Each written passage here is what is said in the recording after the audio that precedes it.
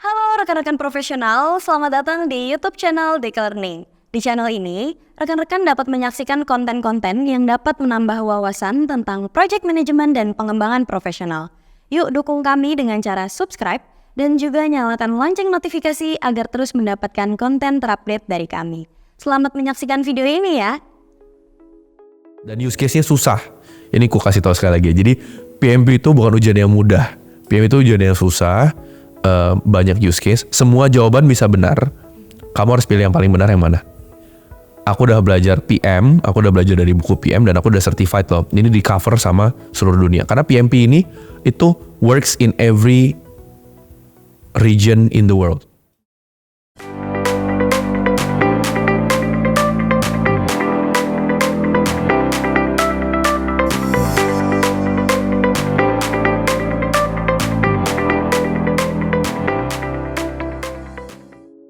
Halo rekan-rekan profesional, selamat datang kembali di video Dynamic Talk by akun Deka Learning, aku Diego. Gimana kabarnya nih? Semoga selalu diberikan kesehatan ya.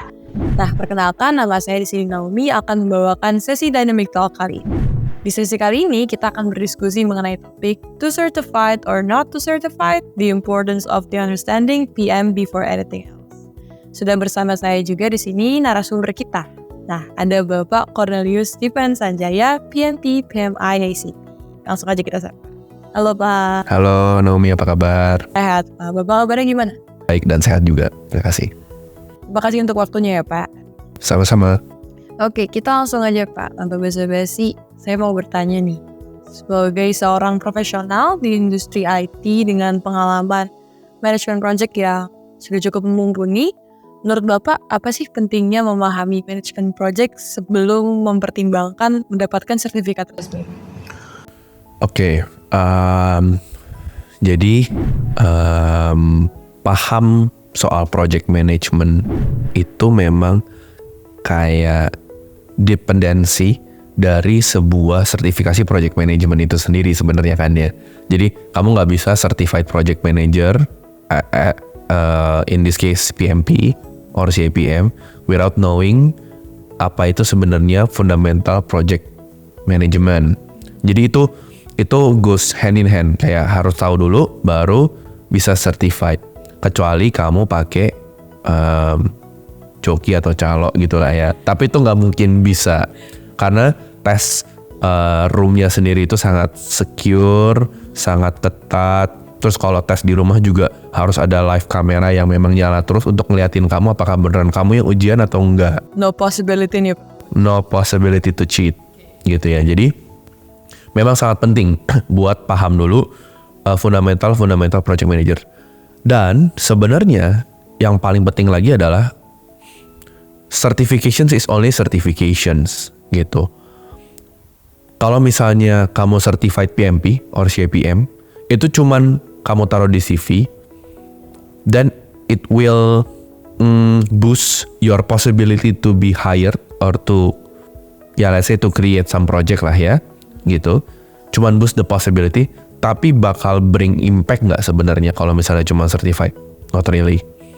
Jadi ini bukan kayak sertifikat halal gitu ya. Sertifikasi halal kan kamu kalau udah sertifikasi halal, kamu yakin bahwa itu makanannya halal sebenarnya. Ada tesnya terus gitu kan ya. Nah sama di sini tuh kalau misalnya kamu sertifikasi PMP ya udah kamu sebenarnya ya udah certified PMP, kamu pernah mengalami proses-proses project management knowledge atau belajar proses manajemen project management prosesnya gitu. Jadi ya memang harus belajar dulu supaya certified dan juga bisa diimplementasikan ke dunia profesional kita semua juga gitu. It's not pasti ya Pak, tapi memang ya dilihat juga. Betul, karena balik lagi gini ya, misalnya kita certified PMP, terus misalnya kita apply for a job, you fill in the form, terus kamu lampirkan sertifikasi kamu gitu ya, itu nge-boost chance kamu untuk bisa dipanggil buat interview. Itu nge-boost. Definitely, pernah aku coba juga. gitu. Pasti orang kok, even aku hiring orang kalau udah PMP pasti kayak ya udahlah bolehlah interview dulu gitu. Pasti, itu pasti. So it makes you pass the first. Itu cuman kayak first layer. Karena kita butuh orang yang benar-benar pernah PMP gitu ya. Tapi after that, kalau along the interview kamu juga ditanya soal apa itu project management, terus jawaban kamu juga ngaco kemana kesana kemari, terus misalnya ditanya lagi soal apa itu gimana kalau misalnya kamu jadi PM, caranya gimana, kamu nggak bisa jawab, ya udah selesai, kamu nggak bakal di hire gitu. Jadi ya tetap harus tahu dulu. Oke. Nah Pak, sebelum dan sesudah memperoleh sertifikat, ada nggak Pak contoh kasus yang bisa Bapak share di sini tentang bagaimana managing project itu membantu Bapak mengelola project secara efektif? Oke. Pertanyaannya certified dulu ya. Certified itu membantu apa enggak? Tadi balik lagi sebenarnya membantu untuk first administration layer proses. Jadi kamu kalau mau cari job lebih chance-nya lebih tinggi untuk diterima, itu satu. Terus yang kedua buat tender biasanya. Jadi project tender yang ada di market, kalau misalnya kamu jadi project manager, kamu biasa ditanya punya sertifikasi apa. Itu penting, itu juga penting. Terus jadi fasilitator, itu juga ya jelas dong. Kalau mau jadi fasilitator PMP, masa dia belum PMP, dia nggak walk the talk kan berarti sebenarnya. Jadi ya memang penting sertifikasi. Terus relate ke pertanyaan kedua, membantunya gimana? Sangat membantu untuk memahami konteks proyeknya itu tersendiri. Jadi di dunia project management kan kamu ada sertifikasi PMP dan itu ditanya soal banyak cases, banyak use case untuk bisa certified. Dan use case-nya susah. Ini ku kasih tahu sekali lagi. Jadi PMP itu bukan ujian yang mudah. PMP itu ujian yang susah, banyak use case. Semua jawaban bisa benar. Kamu harus pilih yang paling benar yang mana. Jadi itu melatih kamu, insting kamu di dunia project nanti. Ketika banyak option yang kamu dapat, option mana yang sebenarnya kamu harus ambil sebagai option yang paling benar. Dan diajarin juga di PMP itu biasanya yang ekstremis itu salah karena terlalu ekstrim. Nah itu unless beberapa case bisa benar lah ya, nggak selalu salah juga. Tapi kamu disuruh memiliki analytical thinking di mana jalan tengah yang paling baik yang mana gitu. Jadi itu penting buat memastikan bahwa kesuksesan project kamu berhasil apa enggak juga gitu. Barangkali Pak pernah Bapak jumpai nih rekan-rekan atau di dunia lingkup Bapak kerja sendiri, itu ada mungkin 1-2 orang yang mengandalkan sertifikat saja nih Pak. Jadi praktikalnya kurang, kurang pemahaman lah gitu. Itu tuh dampak negatifnya itu apa ya? Nah itu benar, tadi sertifikasi itu hanya first layer. Kata kuncinya itu sebenarnya. Jadi penting apa nggak penting untuk kamu bisa mastiin ke orang-orang, yakinin ke orang-orang bahwa kamu udah tahu soal PM. Kamu niat juga nih soal PM. Karena untuk sampai certified kan berarti kamu harus 3 tahun di dunia project minimal. Jadi orang harus tahu itu dulu. Nah, tapi banyak juga orang yang menggunakan itu dengan cara yang salah. Jadi ya udah certified, masukin tender, tapi begitu ngejalanin project dia nggak menjalankan sesuai dengan proses-proses yang ada di standar-standar project management. Itu yang menurutku juga agak fatal gitu. Tapi apakah semuanya harus diterapkan apa yang menjadi bahan-bahan ujian di project management? Ya 90%, 80% lah. Karena ada beberapa hal yang praktikal yang kadang-kadang memang gak ditulis di buku juga gitu, yang harus kita lakukan ketika kita facing the project itself. Gitu. Jadi ya memang ada studi kasus kayak gitu, tapi biasanya udah bisa ke-detect juga. Udah bisa ke-detect pada saat kamu dealing with the people itself. Gitu. So you will know when the time comes gitu kali. Iya, jadi kayak kamu udah ngobrol sama dia, udah ngerjain project, kamu kontrol kerjaan-kerjaan dia, ternyata kayak, wah ini kok project manajemennya kurang ya, gitu. Itu bisa kelihatan. Oke Pak, menurut Bapak sendiri, bagaimana mengenai pendapat bahwa keterampilan dan pengetahuan praktis dalam manajemen project lebih diutamakan daripada sekedar sertifikat resmi? Mungkin tadi lanjutan nih Pak dari bahasan tadi. Atau mungkin Bapak bisa bagi share pengalaman yang membantu Bapak menghadapi tantangan yang kompleks nih dalam situasi ini. Oke.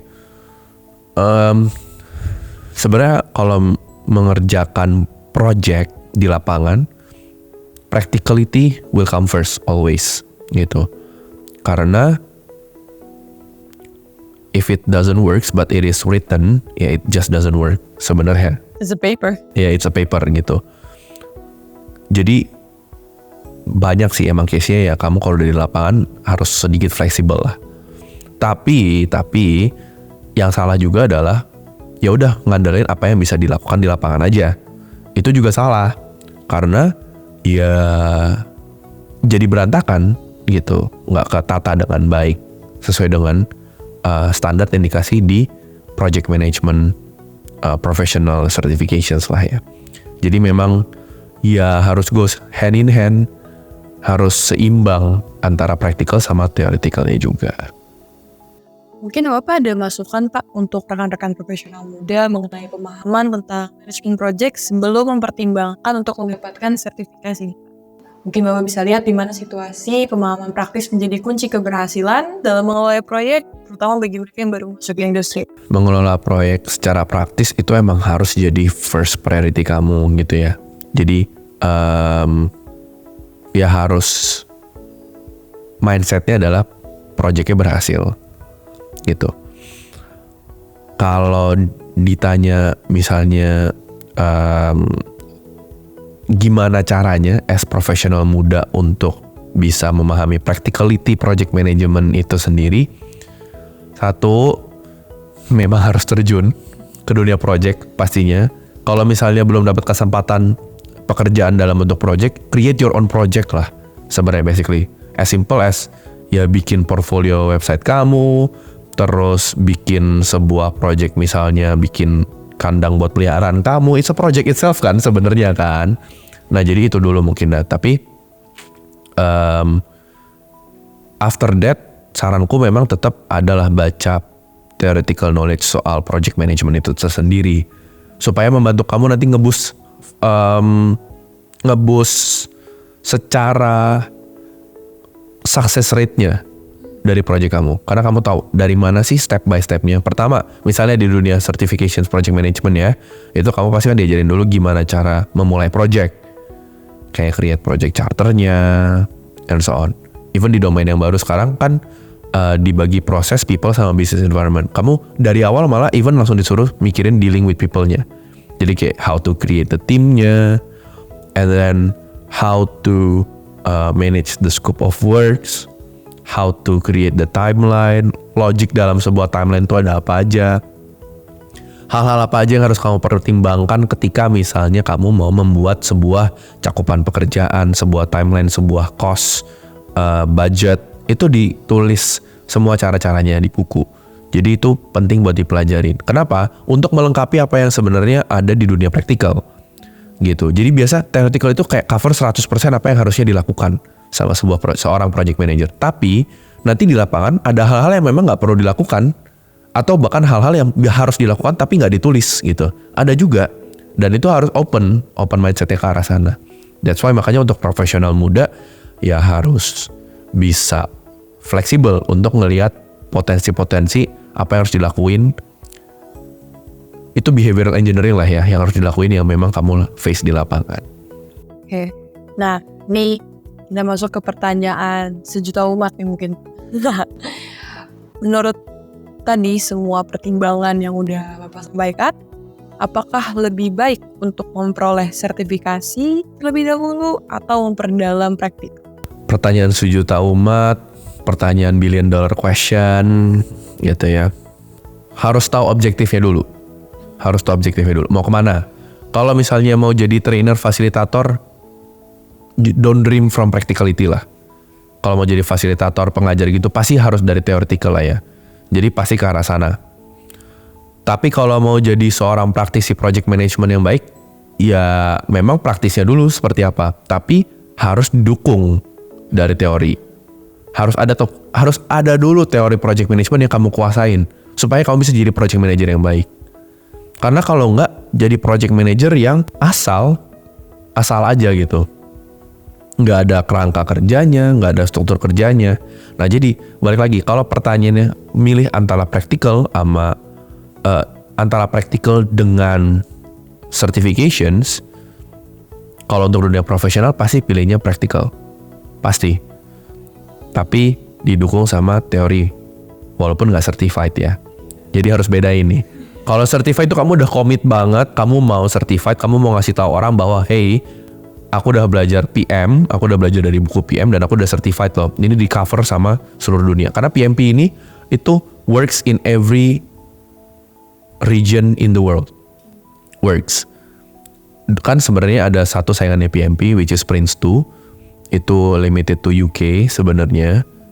Tapi even ketika pengalamanku coba-coba apply pekerjaan di Europe sama di UK, mereka juga mintanya PMP juga possible. Nggak ada masalah gitu. It's clearly Grade-nya juga sama lah. Iya, clearly mention bahwa kalau kamu PMP kamu akan jauh lebih baik. Clearly mention di situ. Jadi ya memang secara priority menurutku base-nya selalu ada teori. Harus ada itu dulu. Harus ada base teorinya. Karena kalau enggak cuman practical doang berantakan biasanya. Gitu. Jadi kesimpulannya practical tapi with teori atau with knowledge gitu. Ini menarik banget. Jadi memang dua-duanya harus berjalan berbarengan. Betul. Tapi apakah harus certified atau enggak? It's definitely your choice. Depends the priority ya. Iya, betul. Jadi cari tahu dulu. Betul. Tapi kalau kamu mau belajar atau enggak, belajar. Gitu. Certified atau enggak itu belakangan. Belajar dulu aja ya. Iya, belajar dulu. Jangan-jangan rekan-rekan di rumah udah daftar sertifikasi nih Pak. Nah, berarti udah belajar. Udah siap. Oke, terima kasih Pak untuk tadi kita udah sharing-sharing dan juga sudah diberi tahu mungkin apa yang harusnya di-achieve duluan, apa yang harus didahulukan terlebih dahulu.